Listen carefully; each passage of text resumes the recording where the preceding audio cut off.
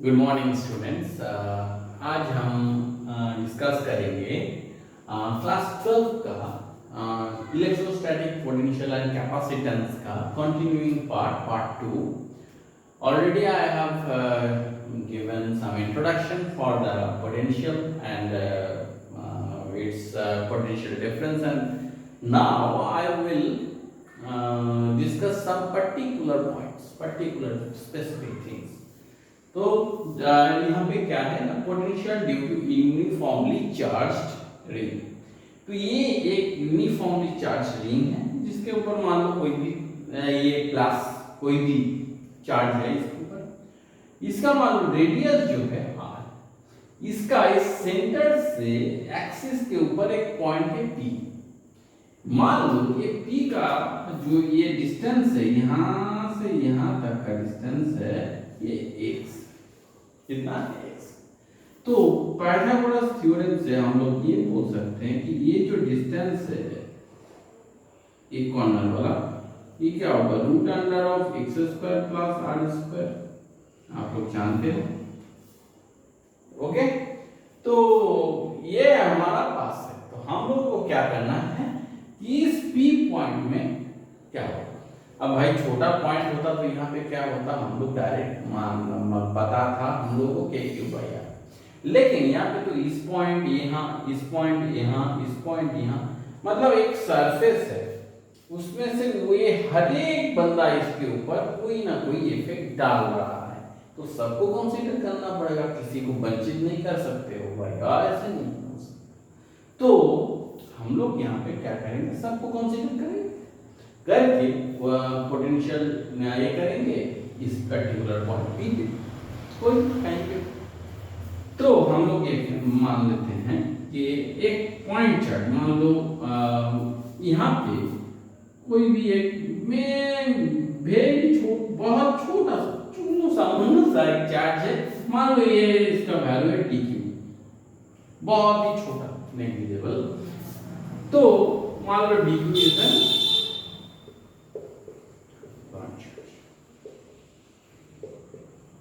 ठीक है, बहुत छोटा है तो मान लो कोई पॉइंट, कोई दिक्कत है.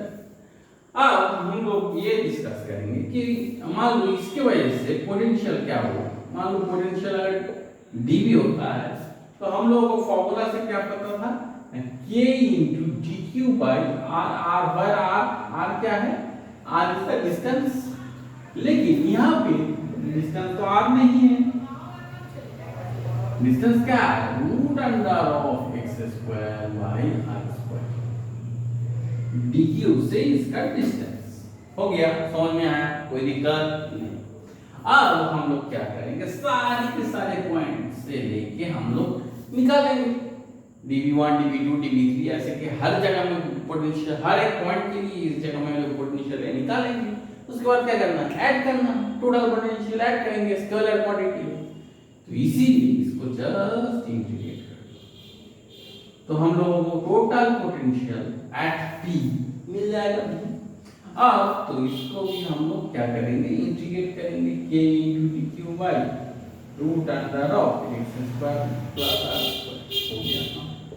अब यहाँ पे देख, k तो कांस्टेंट है ही है, ऊपर से X square plus R square जो है ये हर एक जगह में ऐसे वैरी करने वाला कोई सामान नहीं, ऐसा ऐसा. तो ये ऐसे कोई वैरी करने वाला सामान है नहीं, क्योंकि रिंग बराबर रिंग से तो हर एक का ये मान लो रिंग अगर होगा तो एक रिंग से हर एक जगह में उसका डिस्टेंस सेम होगा. मान लो ये रिंग, ये दिस इज सम ये वाला मान लो ये. अब इसका हर एक पॉइंट से यहाँ पे अगर इसका मिडिल में कोई पॉइंट रहा, डिस्टेंस इसका सेम ही होगा, रूट अंडर ऑफ एक्स का प्लस आर स्क्वायर. तो ये same, it is not a variable. तो जो वेरिएबल नहीं होता है, जो कांस्टेंट होता है, उसको हम लोग क्या करते हैं, इंटीग्रेट नहीं करते हैं, सिंपली बाहर निकाल देते हैं एकदम धक्के से. तो इंटीग्रेट किसका करेंगे, डीक्यू का करेंगे. डीक्यू का इंटीग्रेट करेंगे तो क्या मिलेगा, total charge of the ring. तो अगर total charge of the ring अगर Q होगा तो हम लोग यहाँ पे लिख सकते हैं total potential V equal to k into Q by root under of x square plus, कोई दिक्कत नहीं। सर अगर एक पी वाला पॉइंट यहाँ पे ला दिया तो क्या होगा भाई? कुछ नहीं, एक्स का वैल्यू तो 0 होगा।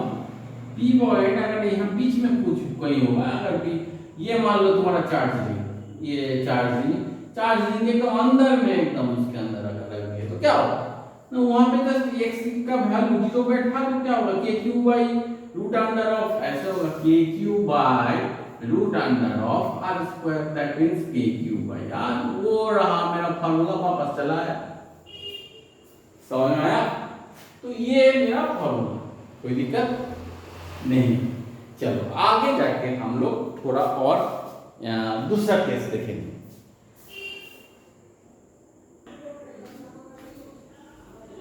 तो यहाँ पे हम लोग अभी देख रहे हैं क्या, potential due to uniformly charge drop. अब ये एक डंडा लिया, तो डंडे के एक्सिस से कुछ दूर में एक पॉइंट पी है, तो डंडे का हर एक पॉइंट इसके ऊपर कुछ ना कुछ पोटेंशियल डालेगा, उसको निकालेंगे, ऐड कर देंगे, सिंपल। अब भाई ये तो दिक्कत है, क्या करेंगे ना, इसका भी पहले जो किए थे इसका भी छोटा सा क्वेश्चन, मान लें तो छोटा सा नन्ना सा एक क्वेश्चन डालेंगे, इतना छोटा लेंगे कि ये पॉइंट चार्ज के बराबर हो, एक पॉइंट चार्ज के बराबर हो। तो अगर ऐसा है तो यहां से इसका डिस्टेंस x मान लेते हैं, और ये रॉड के यहां से ये जो p का डिस्टेंस l मान लेते हैं, l कैपिटल L, ये कैपिटल L है, ये छोटा x, that is the distance from dq and p। कोई दिक्कत? अब हम लोग क्या करेंगे, टोटल पोटेंशियल निकालेंगे। टोटल पोटेंशियल क्या होगा, सारे के सारे जो पोटेंशियल्स है उसका सम इंटीग्रेट, तो कितना का करेंगे, ले भाई कहां से क्या करें, देख लेते हैं। मान लेते हैं कि भाई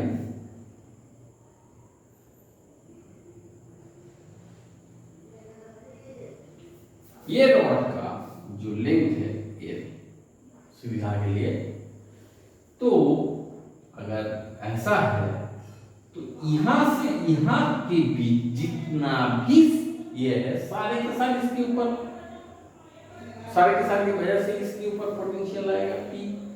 तो यहां मतलब L डिस्टेंस से लेके यहां तक, दैट मींस 12 डिस्टेंस तक जितना भी पॉइंट रहेगा उसके लिए इसके ऊपर पोटेंशियल आएगा।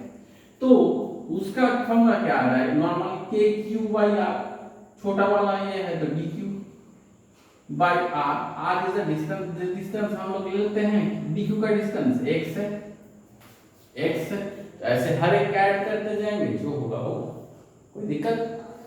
तो यहां से हम लोग को ये आ सकता है कि भाई चलो ठीक, यहां से हम लोग ये लिख सकते हैं k इंटू dq को हम लोग थोड़ा सा ये करेंगे, तोड़ेंगे। तो मान लो ये dq क्या है, इतना सा ये है, उसका एलिमेंटरी है उसका, तो उसका जो इसका जो चार्ज है, total charge is dq।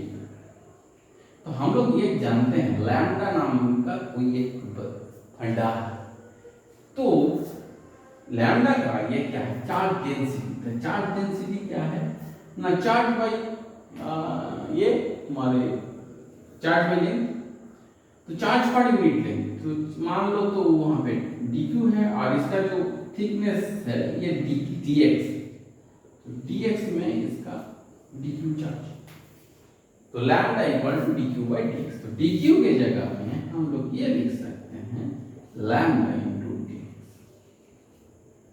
Lambda क्या है, चार्ज पर यूनिट लेंथ, कोई दिक्कत नहीं।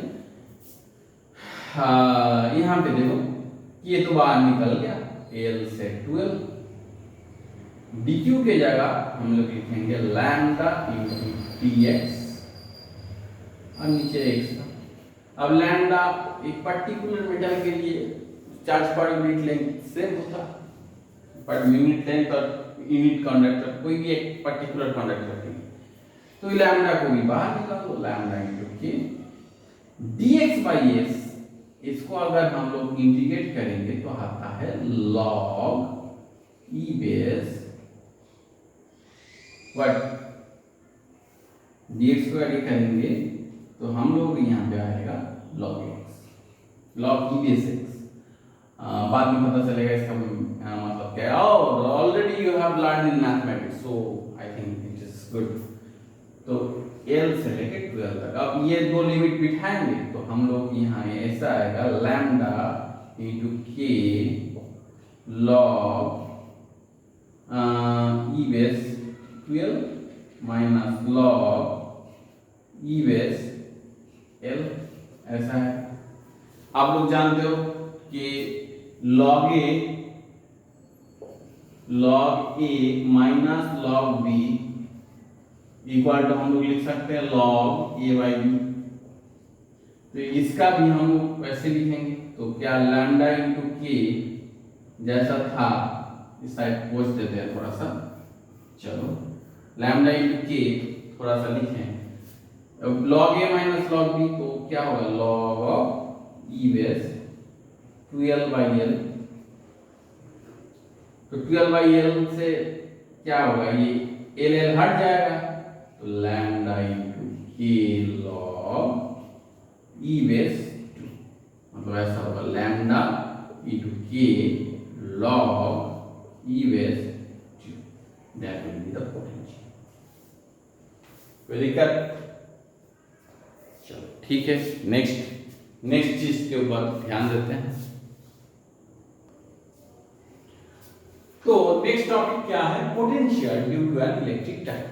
वो इलेक्ट्रिक डाइपोल क्या है फर्स्ट ना same charge same but opposite same amount of charge but opposite in sign separated by a distance very short distance. ऐसे नहीं भाई लंबा चौड़ा डिस्टेंस तो नहीं होगा जो डिस्टेंस है बहुत कम तो बहुत कम मतलब बहुत कम और separated by distance is known as dipole. Okay तो मान लेते हैं भाई ये बीच वाला यहाँ पे कोई पॉइंट है यहाँ पे यहाँ से यहाँ का डिस्टेंस l है यहाँ से यहाँ का डिस्टेंस l है छोटा है कोई दिक्कत।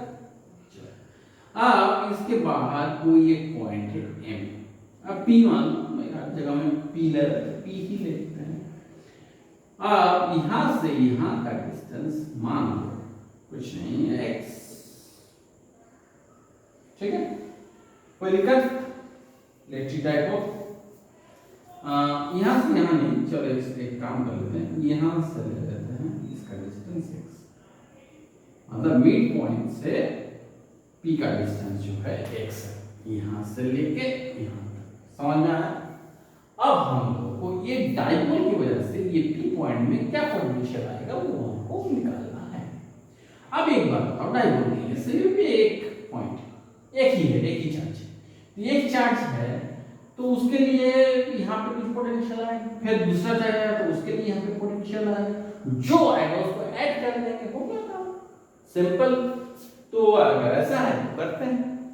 First of all V net मतलब नेट पोटेंशियल टोटल पोटेंशियल क्या होगा इसको मान लेते हैं एक नंबर वाला चार्ज इसको मान लेते हैं दो नंबर वाला चार्ज कोई दिक्कत। तो v1 प्लस v2 जो भी आएगा विथ साइन क्योंकि यहाँ पे दोनों ऑपोजिट है तो ये अगर प्लस होगा तो ये वाला माइनस होगा। आप लोगों को पता है इसके बाद पहले बता देते हैं पोटेंशियल का फॉर्मूला में जो q लिखते हैं q is with sign negative charge हो तो माइनस q बाई r होता है। चलो ठीक तो यहाँ पे सिंपल पहले 1 पॉजिटिव चार्ज है तो प्लस q बाई r तो plus k into q by r is the distance. तो डिस्टेंस हम लेते हैं यहाँ से यहाँ that is x minus s।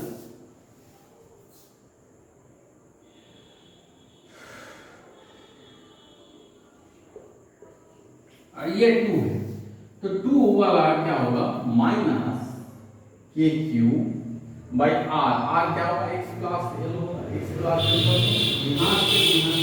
यहाँ x ये वाला l तो x plus l total distance तो ये दोनों को ऐड कर देंगे मतलब ये ऐसा हो जाएगा।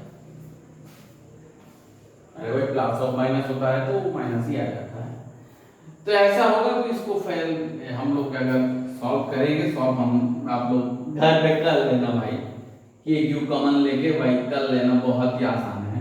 तो ये करके हम सिर्फ आंसर लिख देते हैं। क्या इसका ऐसा ऐसा आएगा कि 2l by x square minus l square आएगा। क्यू कॉमन लो, क्यू कॉमन लेने से क्या होगा कि ऐसा आता है कि क्यू इंटू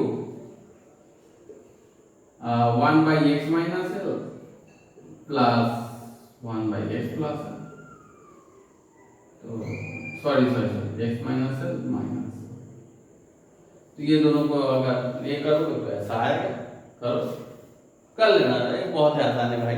अगर नहीं आता तो फिर वापस 7 बट जो भाई यहाँ पे भले भले उठ के आने से कोई दिक्कत नहीं है। चलो ठीक है, ये आता है तुम्हारा। तो यहाँ जो है ये तुम्हारा फॉर्मूला है। अब एक चीज हम लोगों को जानते हैं कि ये डाइपोल का आपका मोमेंटम, एक मोमेंटम रहता है, मोमेंटम वेक्टर। तो ये होता है उसका चार्ज इनटू डिस्टेंस, डिस्टेंस मतलब ऐसे कोई। तो इससे क्या होता है, इसको हम लोग पी वेक्टर बोलते हैं, कोई भी एक वेक्टर पी वेक्टर। तो q इंटू ट्वेल्व की जगह अगर p लिखते तो क्या होगा, k into p by root under of x square minus l square. दिक्कत आज अब p अगर मान ले तब यहाँ पे आप पहले ही बताया था एल इज बहुत less, L is very small compare to x। तो क्या होगा, एल का मान वैल्यू अगर 0 मान लेंगे, अगर मतलब नेग्लिजिबल मान लेंगे, नेग्लेक्ट कर देंगे, तो ऐसा आएगा अल्टीमेट फॉर्मूला। ठीक है, कोई दिक्कत। This is the potential due to an electric dipole where the point is on its axis, axis पे है, समझ में आया, एक्सिस में है। मतलब ये मान लो डाइपोल है, ये यहाँ पे एक चार्ज है सेपरेटेड बाय डिस्टेंस, यहाँ पे एक चार्ज है, और इसी के एक्सिस में यहाँ पे कोई पॉइंट है या यहाँ पे कोई पॉइंट है, उसमें क्या होगा, तो ये हम निकाले this point P is in the axis of the dipole. Now I will calculate this particular potential when this point P is not here, this point P is here, that is perpendicular, कहीं पे भी हो perpendicular में हो, तो थोड़ा सा अदली बदली कर देते हैं। ये P को भाई साहब को उठा के हम लोग को डालना है कहाँ, ऊपर। ये इसमें कोई चेंजेस नहीं है, ऊपर डालना है। मतलब मान लो यहाँ पे है परपेंडिकुलर डिस्टेंस, परपेंडिकुलर बीच में जो है यहाँ पे है, ये वाला है, कोई दिक्कत। अगर वहां पे है तो अगर हम लोग मानते हैं कि ये वाला डिस्टेंस अभी है x से, तो ये वाला क्या होगा, root under of x square plus L square. ये वाला क्या होगा, root under of x square plus L square. अब इस पॉइंट के लिए यहाँ पे क्या पोटेंशियल है, इस पॉइंट के लिए यहाँ पे क्या पोटेंशियल है, साइन के साथ जोड़ देंगे, हो गया। तो पहला वाला पॉइंट, इस पॉइंट के लिए यहाँ पे पोटेंशियल क्या होगा, k into q by distance x square plus l square root under of x square plus l square हो गया, प्लस नहीं माइनस, क्योंकि माइनस चार्ज है तो minus k into q by distance, distance क्या है, same x square plus l square root under of हो गया। अब यहाँ पे देख लो भाई, कुछ गड़बड़ ऐसा नहीं लग रहा।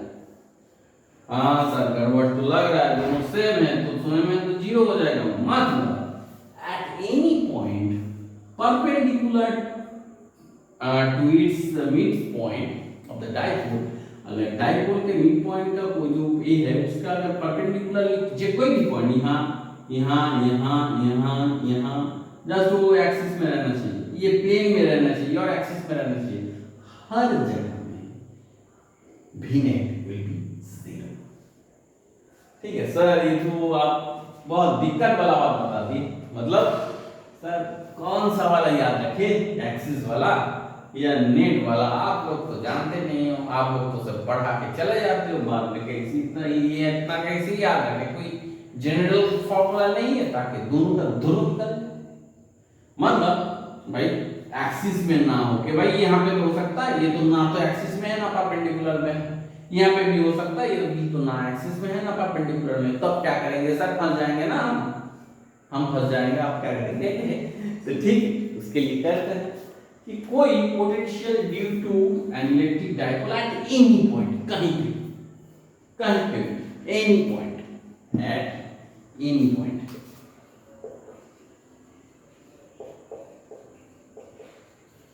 समझ में आया? कोई भी पॉइंट, कोई एक्सिस में भी हो सकता है वो पॉइंट, ये जो P इसका एक्सिस में भी हो सकता है, P इसका परपेंडिकुलर भी हो सकता है, P यहाँ पे हो सकता है, यहाँ पे, यहाँ पे, यहाँ पे, यहाँ पे, कहीं पे, एनी। तो उसके लिए जनरल जो फॉर्मूला है वो हम लोग अभी मिलाने वाले हैं।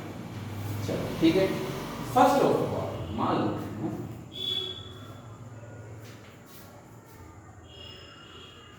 थोड़ा सा ड्राइंग करना,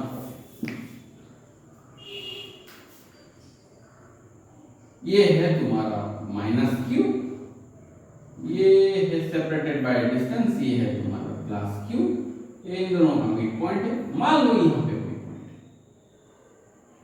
तो इसका क्या होगा? ये यहाँ से डिस्टेंस और ये कितना एंगल बनाएगा? दैट मींस थीटा और आर, इसको बोला जाता है सिलिंड्रिकल कोऑर्डिनेट, आप लोग जानते हो आर थीटा जो भी, तो उसके मतलब नहीं, हम लोग को अगर आर और थीटा पता है तो हम लोग एग्जैक्ट बोल सकते हैं कि वो पॉइंट वहां है। मान लो अगर थीटा का वैल्यू 90 डिग्री हुआ तो हम लोग क्या बोल सकते हैं? It is on the perpendicular axis, तब क्या होगा? 0 होगा। अगर थीटा का वैल्यू 0 हुआ it is in the axis of the particular, right? तो उसमें क्या होगा? हम लोग पहले ही कर चुके थे, क्या किए थे? k into p by क्या है?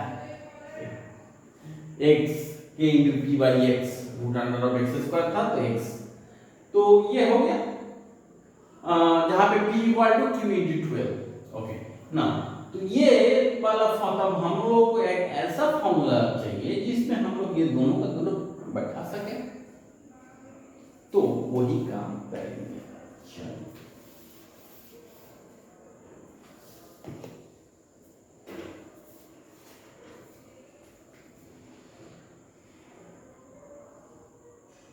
अच्छा, यहां पे अगर ऐसा है तो इसका दो कंपोनेंट होगा, एक कंपोनेंट ऐसा होगा जो इसका परपेंडिकुलर, एक कंपोनेंट ऐसा होगा जो इसके साथ, इसके साथ वाला जो कंपोनेंट है इसको हम लोग cos थीटा बोलते हैं, और इसके परपेंडिकुलर वाला जो कंपोनेंट है इसको हम लोग sin थीटा बोलते हैं। तो p मान लेते हैं, p sin theta, p cos theta, कोई दिक्कत है नहीं। चलो अब हम लोग क्या करेंगे? देखो v net v1 plus v2, अब यहाँ पे v1 और v2 नहीं है भाई, v1 due to p cos theta, p cos theta की वजह से यहाँ पे क्या है? v at p cos theta plus v at p sin theta, इन दोनों को ऐड करेंगे तो मिल जाएगा। अच्छा चलो देखते हैं भाई, p sin थीटा जो है परपेंडिकुलर है, परपेंडिकुलर एक्सिस के लिए हमेशा क्या होता है? 0 होता है, तो हमेशा ये वाला पोर्शन जो है 0 आ जाएगा। अब मान लो cos थीटा ये वाला है, चलो तो वहां पे cos थीटा का मतलब v about axis plus v about perpendicular, perpendicular bisector, ठीक है? ये वाला 0 है, ये वाला ऑलरेडी प्रूव करके दिखाए हैं, और ये वाले का वैल्यू हम लोग निकाले थे, क्या निकाले थे? k into p by x निकाले थे, जहां पे p इज द एंगुलर तुम्हारे dipole moment and x is the distance. चलो तो ठीक है, x डिस्टेंस तो यहाँ पे है नहीं, यहाँ पे डिस्टेंस क्या होगा? यहाँ पे डिस्टेंस होगा मान लो ये आर है तो आर, अच्छा यहाँ पे पी तो नहीं होगा क्योंकि पी के साथ एक पर्टिकुलर टर्म जुड़ा होगा cos थीटा वाला टर्म, तो पी cos थीटा समझ में आया, K into P cos theta by R. आप मान लो भाई ये भाई साहब एक्सिस पे है, तो एक्सिस पे है cos थीटा 0, तो के पी बाई हो गया फॉर्मूला, पहला वाला फॉर्मूला आया। अब मान लो ये भाई साहब यहाँ पे है परपेंडिकुलर बाइसेक्टर में है, तो परपेंडिकुलर बाइसेक्टर के लिए थीटा का वैल्यू क्या आता है 90 डिग्री, तो cos 90 का वैल्यू क्या आता है 0, दैट मींस ये वाला वैल्यू 0 आ जाएगा v नेट। कोई दिक्कत? अगर दूसरा कोई 45 या 60 उसके लिए cos का वैल्यू बिठाएंगे, हो गया। So that is the formula to find potential due to any due to an electric dipole at any point. Okay. So till that I think it's well enough for now or for today or for that lecture. Next lecture I will be coming out the next part 3. And if you like the video and the concept and my teaching, please give a thumbs up, share, like and comment. And if you have any kind of suggestion, just let me know that. And till then, be safe, be at home and